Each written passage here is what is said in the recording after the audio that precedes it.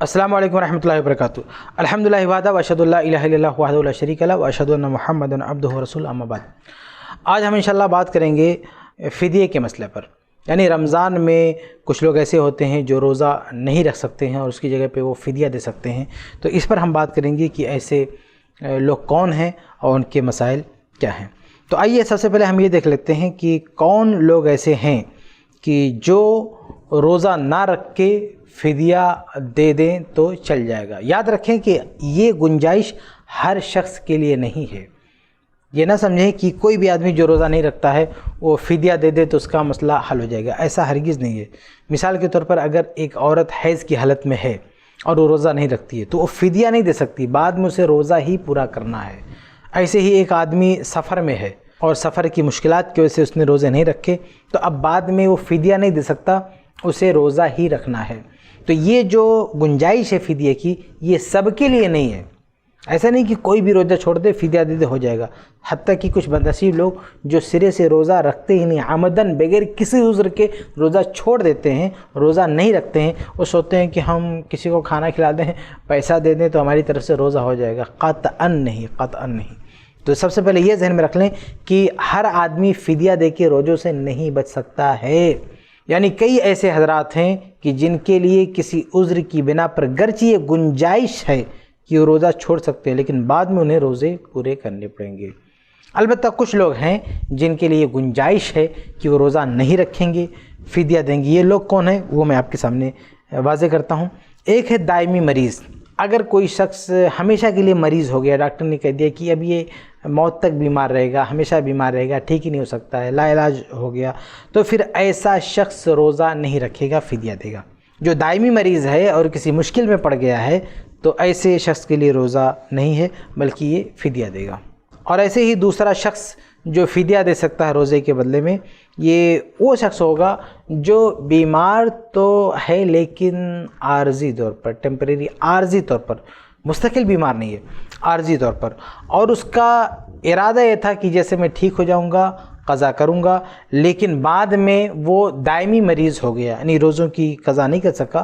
पहले तो दायमी मरीज़ नहीं था लेकिन बाद में वो हो गया दायमी मरीज़, यानी उसकी ताकत से बाहर की बात होगी कि वो रोज़ा रखे, तो ये शख्स भी रोज़े की जगह पे फ़िदिया देगा। ऐसे ही तीसरा वो शख्स है जो बहुत ज़्यादा बूढ़ा हो गया हो, बहुत कमज़ोर हो गया हो, हद दर्जा बूढ़ा हो गया, कमज़ोर हो गया, अब रोज़े की ताकत नहीं है तो वो फ़िदिया देगा।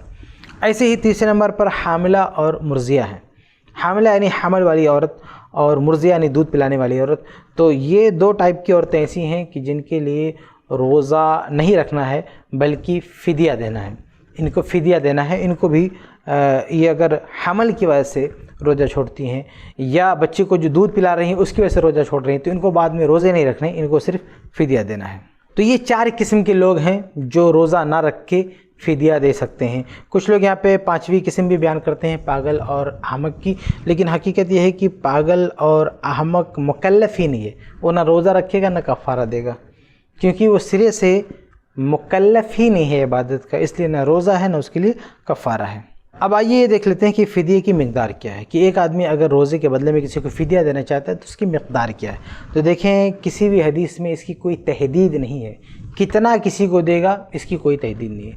इसलिए उर्फ़ के लिहाज से एक बंदे की जो खुराक होती है, तो जो रोज़ा नहीं रख रहा है फ़िदिया देना चाहता है तो उसकी खुराक का बंदोबस्त करेगा उर्फ़ के लिहाज से। वो क्या खाते हैं क्या पीते हैं इसका एतबार नहीं, बल्कि उर्फ़ के लिहाज से एक आदमी की खुराक क्या होती है उस हिसाब से हम उसको दे सकते हैं, या घर पे बुला के खाना खिला सकते हैं, कोई मसला नहीं, घर पे बुला के खाना खिला सकते हैं, या दें तो कम से कम उतना दें कि एक आदमी का पेट भर सकता है। आगे बढ़ते हैं, एक मसला ये भी देख लेते हैं कि अगर किसी आदमी ने कई रोज़े छोड़े हैं और वो फ़िदिया देगा, यानी फ़िदिया देने वालों में से है, तो क्या वो एक साथ सबका फ़िदिया देगा? यानी मान लीजिए उसकी 20 रोज़े छूट गए हैं तो क्या 20 फ़कीरों को एक साथ खिलाएगा, ये एक फ़कीर को लगातार खिलाएगा, ये क्या मामला है, किस तरह से वो अदा करेगा?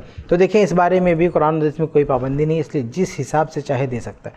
वो एक फ़कीर को डेली खिला सकता है या 30 फ़कीर को रोज़ाना बदल बदल के खिला सकता है, ये उसकी मर्ज़ी है, क्योंकि कुरान में ऐसी कोई हदबंदी नहीं की गई है। इसलिए वो एक को खिलाए या सबको खिलाए, किसी को घर पे बुला के खिलाए, किसी के घर खाना भिजवा दे, वो किसी भी तरह से کرے آزاد ہے، حتیٰ کہ کوئی کسی کے گھر راشن بھی بھرا سکتا ہے.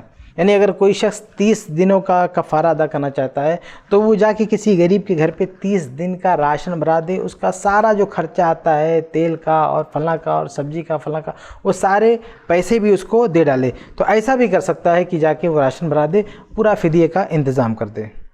آگے بڑھتے ہیں. ایک اور مسئلہ یہ ہے کہ فدیے کی جگہ رقم دی جا سکتی کہ نہیں، یعنی کھانا ہم نہ دیں، ایسے ہی پیسہ دیں کہ یہ لو تم رکھ لو. تو اگر کوئی عذر ہے، کوئی مسئلہ ہے، تو وہ رقم بھی دے سکتا ہے، ورنہ قرآن میں اصل اطعام کا ذکر ہے، کھانا کھلانے کا ذکر ہے.